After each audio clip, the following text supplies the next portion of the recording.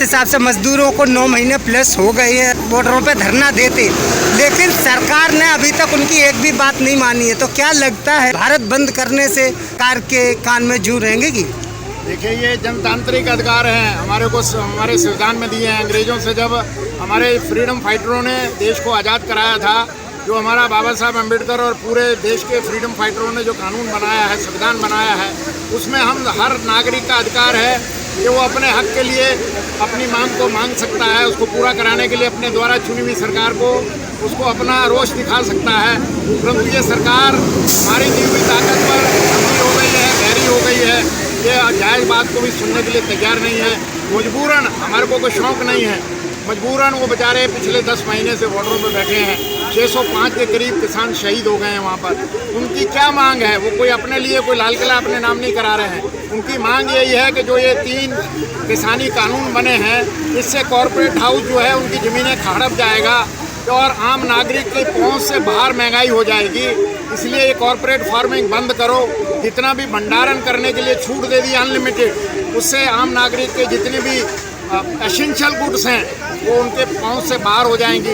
वो भूखों मरने लग जाएंगे, नौकरियां किसी को मिल नहीं रही हैं, बेरोजगार हो रहे हैं। तो इसलिए शांतिपूर्वक ढंग से पूरे देश में आज किसानों ने कॉल दी थी भारत बंद की। हमने भारत बंद नहीं किया, हम उनके समर्थन में हैं कि उनकी मांगें ठीक हैं।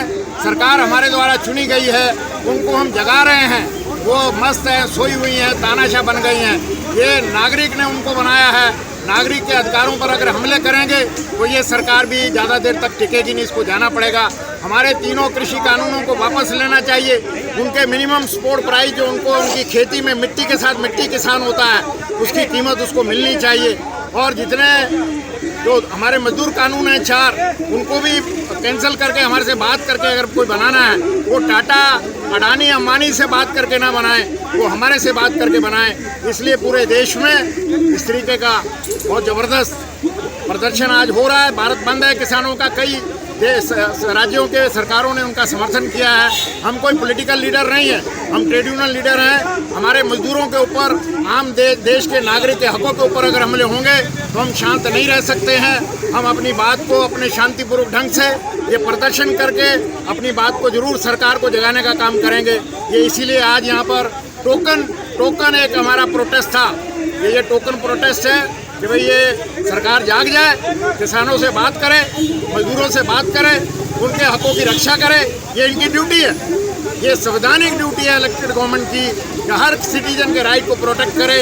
हर एक मजदूर के हाथ में तो काम दे, 21,000 रुपये कम से कम वेतन उसको जिंदा रहने के लिए मिले। हर एक बुढ़ापे में 60 साल के बाद उसको कम से कम 8,000 रुपया पेंशन उसको मिलनी चाहिए।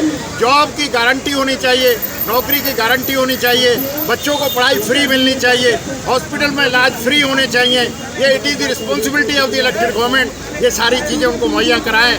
अगर ये तानाशाह बनकर ये सरकार इसको अगर नहीं मानेगी तो फिर आने वाले समय में ये देश के अंदर फिर एक लंबी लड़ाई होगी और इस सरकार को ये गुस्से को फेस करना होगा। जब ये सरकार आई थी, किसान की आय दुगनी करने के लिए 2 करोड़ रोजगार देने के नाम पे आई थी और कई सारे इन्होंने ऐसे वादे किए थे। क्या लगता है इन्होंने कोई वादा अपना निभाया है? इन्होंने कोई वायदा नहीं निभाया। इन्होंने जो हमारे 2 हाथ में काम थे, उन 2 हाथ के कामों को खोस लिया और अभी बेरोजगार हो गए लोग बाग। मार्केट की महंगाई इन्होंने बिल्कुल अपने हाथ से बाहर भेज दी है। अब आप पेट्रोल को देखिए, कभी सोच सकता था कोई आदमी के 100 रुपये पेट्रोल हो जाएगा? कोई सोच सकता था? पेट्रोल के साथ, डीजल के साथ देश के सारी जो जितनी चीज़ें हैं वो जुड़ी हुई हैं, चाहे फैक्ट्री का, इंडस्ट्री का, मैन्युफैक्चरिंग है, चाहे वो ट्रांसपोर्ट का मामला है, वो सारा का सारा पेट्रोल से जुड़ा हुआ है, डीजल से जुड़ा हुआ है। किसानी जो है वो भी डीजल से जुड़ी हुई है।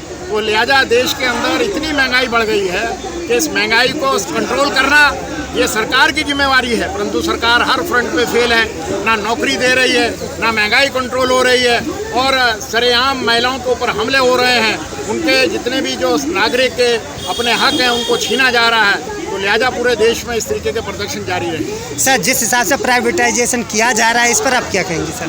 प्राइवेटाइजेशन एक बंधुआ मजदूर को फोर्स कर रहे हैं। ये वर्कर जो है वो मालिक उससे 12 घंटे काम ले और उसको उसकी सेफ्टी का ध्यान ना रखे, उसको मिनिमम वेज भी ना दे, एम्प्लॉयर का रिलेशन ना बनने दे और उसको बंधुआ मजदूर बना के 12-12 घंटे काम ले। ये इस तरीके का जो ये वातावरण बना रहे हैं वो गलत है आने वाले समय में हमारा देश का नागरिक इसका पूरा मुंह तोड़ जवाब देगा। देखिए, इसका मेन जो उद्देश्य है भारत बंद का आज ये किसान आंदोलन के तहत लिया गया फैसला है। संयुक्त किसान मोर्चा ने इसका फैसला लिया भारत बंद का। आप देखेंगे कि अभी किसान पिछले 10 महीने से 9 महीने से लगातार आंदोलन कर रहे हैं, सड़कों पर बैठे हुए हैं, दिल्ली के चारों तरफ बैठे हुए हैं, लाखों की संख्या में किसान। और किसानों की जो मांग है, मुख्य मांग ये है कि जो 3 काले कानून लाए गए हैं जिससे पूरा किसानी खेती को पूरा कॉरपोरेट के हाथ में गिरवी रखने की बात की जा रही है, इसलिए वो 3 कानून रद्द किए जाएं। दूसरा है जो एमएसपी की गारंटी है, जो सरकार कहती है एमएसपी थी, एमएसपी है, एमएसपी रहेगी, लेकिन किसानों की मांग ये है, हमारी मांग ये है कि एमएसपी जो है वो प्राइवेट सेक्टर को, जब आप खेती किसानी में ला रहे हैं प्राइवेट सेक्टर को, तो ये एमएसपी प्राइवेट सेक्टर पर भी लागू होनी चाहिए। जो प्राइवेट लोग भी किसान की फसल को खरीदेंगे वो भी एमएसपी से कम पे ना खरीदें। और महीने हो गए, जैसा कि आपने खुद कहा, किसान बैठे हुए हैं, लेकिन सरकार के कान में जू नहीं रहेंगी, तो क्या भारत बंद से उनको कुछ फर्क पड़ेगा? देखिए, अगर हम इस परिप्रेक्ष्य में बात करें तो ये आंदोलन है। आंदोलन अपने तरीके से चलेगा, आंदोलन अपने तरीके से चलते चलते एक चरम सीमा पर पहुँचेगा। अभी शांतिपूर्वक जो ये धरना प्रदर्शन किसान कर रहे हैं, ये इसकी परिणति होगी अगले चुनाव में।